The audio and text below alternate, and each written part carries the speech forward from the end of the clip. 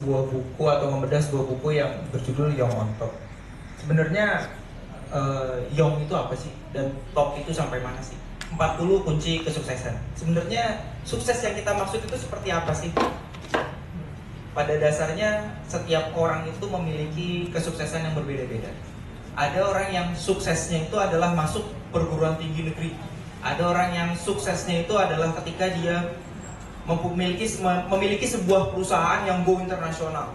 Tapi ada juga orang yang suksesnya itu hanya saya cukup masuk PT aja udah bahagia hidup saya. Sukses orang itu adalah berbeda-beda, dan saya coba menerangkan apa yang ada dalam buku ini, 40 kunci sukses dalam usia muda. Lanjut. Oke. Dalam buku ini menjelaskan beberapa hal untuk menuju kesuksesan itu. Yang pertama itu adalah who you are, terus the common sense, the common practice, the tips and trick, ada art of management, art of leadership, dan the next level. Who you are. Sebelum kita menuju kesuksesan kita baiknya mengetahui dulu siapa sih diri kita dan di mana kemampuan kita. Baru setelah itu kita bisa menentukan, wah, kita kesana baiknya lewat sini nih. Kita sering mendengar pepatah banyak jalan menuju Roma. Ada jalan kanan, kiri, depan, belakang, ada banyak jalan menuju Roma. Dan untuk menentukan jalan itu kita harus tahu dulu nih, kita itu siapa, terus kelebihan kita ada di mana, baiknya kita bergerak seperti apa. Yakin dan pasti gitu. Pelan tapi pasti itu nggak masalah. Jangan di dalam buku ini menjelaskan bahwa jangan kita terburu-buru karena melihat orang lain itu lebih sukses dibandingkan kita. Terkadang kita harus yakin, yang penting kita bergerak, yang penting kita melangkah, kita pasti akan sama tujuannya, asal sama-sama sukses. Lalu bisa di next.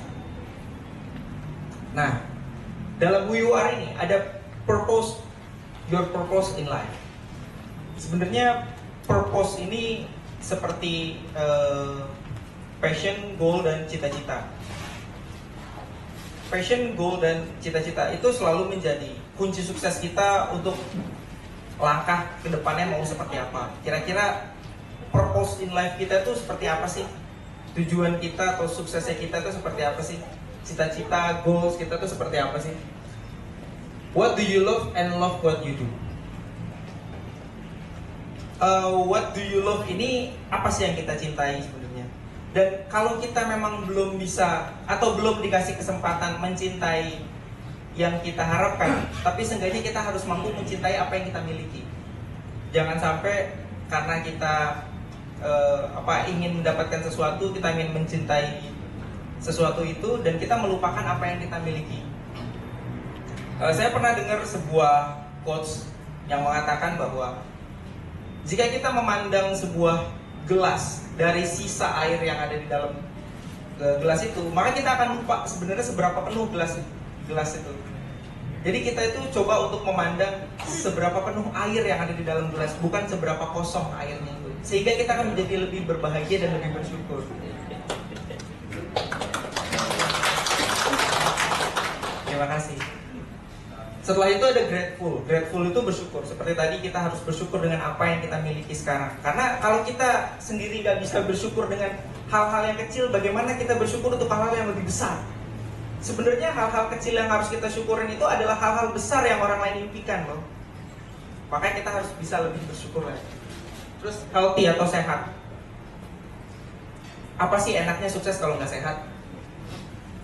Kita harus mikirin diri kita sendiri, kesehatan diri kita sendiri. Seperti misalnya olahraga, terus sekedar jalan, atau dalam keseharian kita berhumor biar nggak terlalu stres gitu. Bagaimana jika kita memiliki uang 1 triliun atau 1 miliar, tapi kondisi kita stroke atau sakit? Bagaimana cara kita memanfaatkan itu? Atau simpelnya, bagaimana cara kita menaiki motor kalau kita nggak punya kaki, sepasang kaki? Nah, itu kita harus sehat dan kita harus bersyukur. Sehat karena kaki kita sehat, dan kita harus bersyukur karena kita punya kaki. Lanjut, dream big, be specific. Ketika kita mau bermimpi, bermimpilah yang besar, bermimpilah yang tinggi.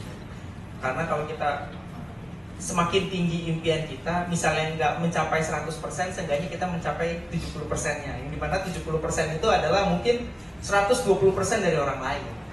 Dan kita harus spesifik. Spesifik ini dalam artian seperti ini. Misalnya saya Pranata Komputer, saya ingin menjadi seorang yang bisa menguasai program.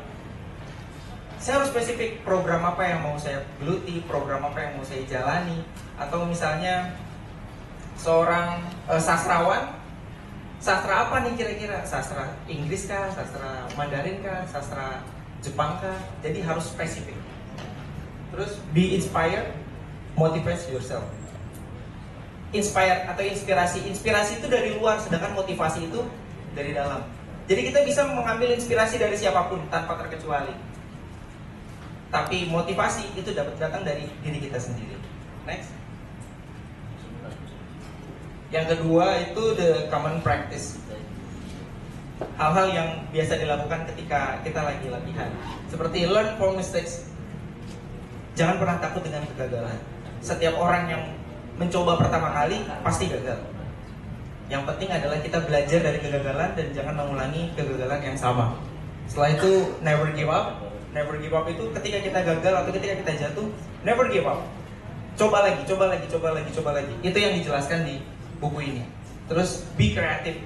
Kita nggak akan bisa sukses kalau kita nggak kreatif. Kita itu aja. Bayangkan kalau misalnya es teh manis cuma es teh manis aja, itu akan jadi es teh manis selamanya. Tapi kalau misalnya es teh manis itu kita campur dengan lemon, jadinya lemon tea. Terus kita campur dengan apel, jadinya apa? Atau kopi kalau begitu aja ya jadi kopi. Tapi kalau ditambah susu jadi cappuccino. Kalau ditambah cincau jadi cappuccino cincau.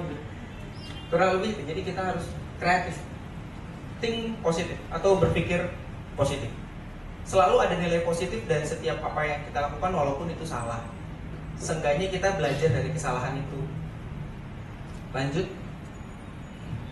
Nah, ini ada salah satu quotes yang lumayan saya suka juga, dimana orang-orang sukses itu tahu apa yang dia mau capai dan dia mau lakukan. Dan jika kamu mengambil langkah sukses lebih dulu dari temanmu, kemungkinan besar kamu akan mencapai sukses lebih dulu dibandingkan temanmu.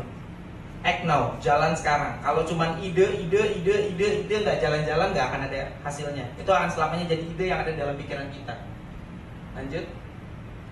Ya, sekali lagi. Nah, ini adalah quotes yang menurut saya menjadi pegangan dalam hidup saya. Dan pertama kali saya dengar quotes ini dari podcastnya Close the Door punya Deddy Corbuzier, di mana keberuntungan itu sebenarnya nggak ada.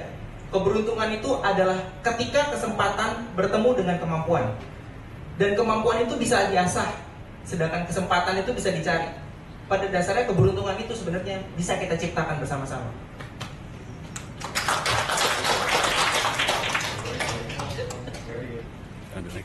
Oke, next. Ya, kurang lebihnya mohon maaf. Wassalamualaikum warahmatullahi wabarakatuh. Terima kasih Mas Reza, banyak kutipan-kutipan yang sangat bagus yang disampaikan Mas Reza. Selanjutnya ada pemaparan ketiga kita, yaitu ada Mbak Lisa. Nama lengkap dari Mbak Lisa adalah Afril Khalisa Pramesti. Beliau lahir di Jakarta 25 April 1998 dengan latar belakang pendidikan S1 Sastra Inggris Universitas Indonesia. Jabatan beliau penerjemah ahli pertama di unit kerja Direktorat Pembinaan Program Tenaga Listrikan. Kepada Mbak Lisa, apakah sudah siap?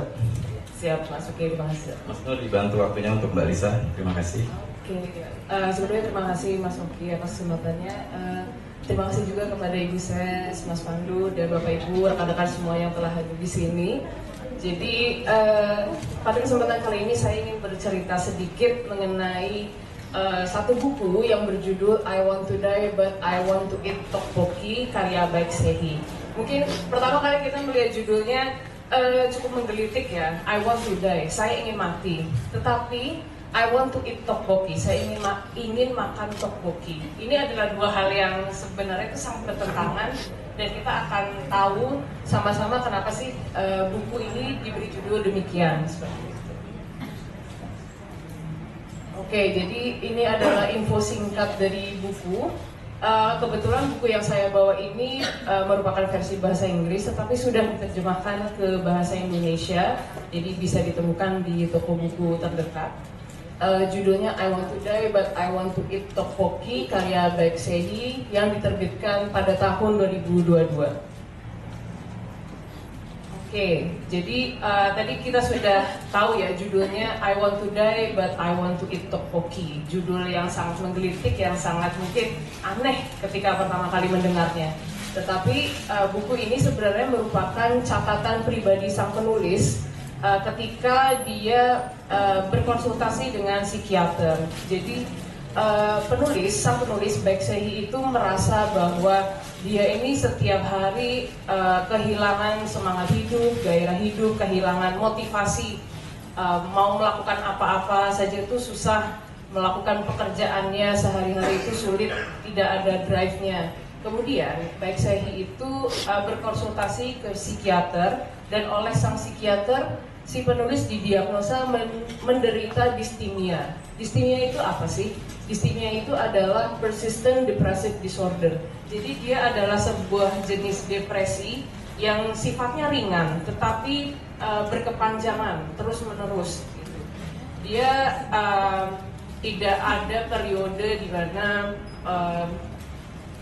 terdapat breakdown atau manic episode, tetapi perasaan melankolis, perasaan down itu terus ada sepanjang hari. Itu yang dialami oleh sang penulis. Kemudian Baek Se-hee ini merasa bahwa selama saya melakukan konsultasi dengan psikiater, saya harus menuliskan apa yang saya rasakan, apa yang saya pikirkan selama saya berkonsultasi. Jadi Baek Se-hee memutuskan untuk meminta bantuan psikiater dan menuliskan segala pengalamannya dalam sebuah blog pribadi yang akhirnya menjadi buku ini. Kemudian ketika Baek Se-hee selesai menulis, selesai mencurahkan segala pikirannya, mencurahkan segala emosi yang dia rasakan, lalu dia baca kembali, dia merasa jauh lebih baik. Dia merasa bahwa apa yang dia rasakan itu telah terlepaskan, telah dirilis seperti itu. Saat Baek Se-hee merasa benar-benar sedih dan tidak berguna, dia juga teringat